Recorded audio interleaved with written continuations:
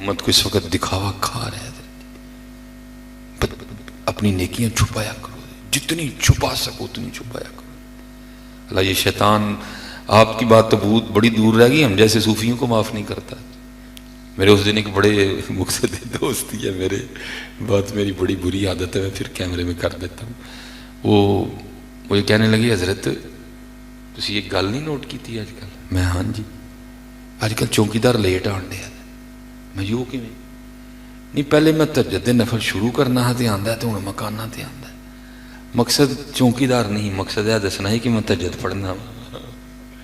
ہاں جی آپ کو خود سمجھ نہیں آتی ہے یہ آپ کی نیکی کس طرح ضائع کروا دیتا ہے.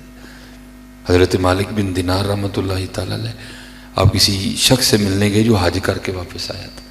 اور جب گئے نا تو اپنے خادم کو کہتا ہے او بھانڈے لے کے آ جڑے میں پچھلی باری حج تو لے کے آیا. آپ نے کہا پچھلا بھی گیا تو یہ بھی گیا. ہو سکتا ہے بعض دفعہ کوئی نیت اچھی بھی ہو لیکن شاذر و نظر ہی ہوتا ہے. اپنی نیکیاں بچایا کرو، ان کو چھپایا. اور یہ چیز ہمارے اسلاف میں کوٹ کوٹ کے بھری ہوئی تھی. ہمارا تو حضرت اس موبائل نے بیڑا غرق کر کے رکھ دیا. اہی تو نچ بھی ماری نہ ہی موبائل چ مارنے تو نال ہی اپلوڈ کر دینے میں نچ ماری ہے. پھر قربان جائیے گو تھلوں تو تھلے شروع ہو جاتا ہے.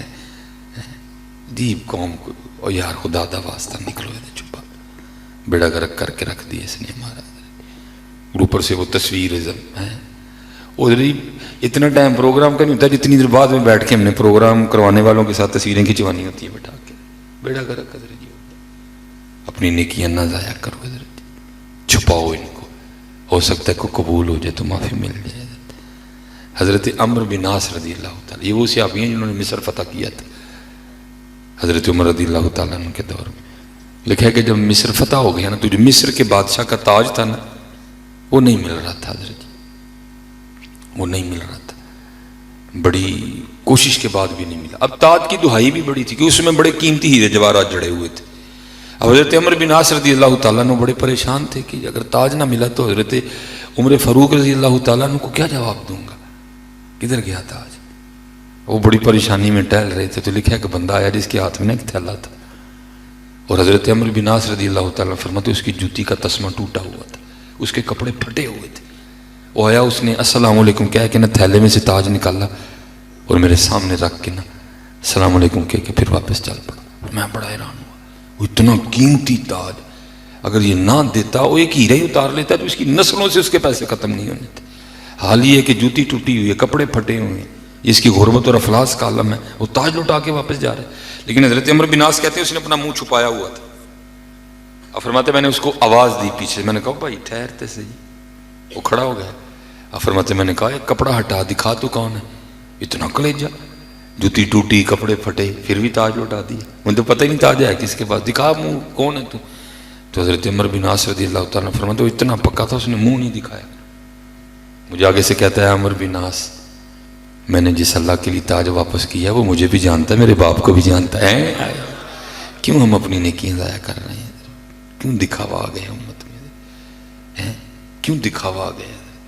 نہ کرو حضرت، چھپاؤ حضرت، اس کو چھپاؤ حضرت. یہ فیس بک کے فتنے سے بچ جاؤ حضرت. یہ آج کل اسپیشلی ہماری جو یوتھ کو بیماری لگ گئی ہے نا تصویراں چاڑھنے والی، توبہ توبہ. اب تو حضرت جی خیر کچھ اتنا وقت بھی نہیں لگتا.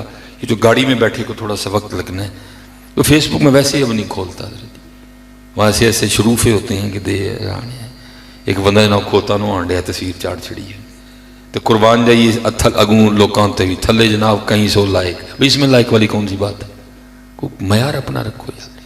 ایک بندہ جناب نہان ٹر گیا انہیں کچھا پا کے پول تو چھال ماری، تھلے لکھا جاں باد شیر بہادر. اس میں بات نہیں کو، بلکہ یہ تو بڑی غلط اور بڑی گندی سی حرکت ہے حضرت. بڑی قیمتی جان ہے یار کہ روز روز ملنی ہے کہ بندہ اس طرح کی حرکتیں کرتا پھرے حضرت. بہت قیمتی جان ہے حضرت. اس لیے نکلو حضرت ان کاموں سے، ان کاموں سے نکلو. اور فرماتے میں وہاں گیا تو کیا دیکھتا ہوں کہ آپ مصلی بچھا کے نماز پڑھ رہی. میں بڑا حیران ہوں.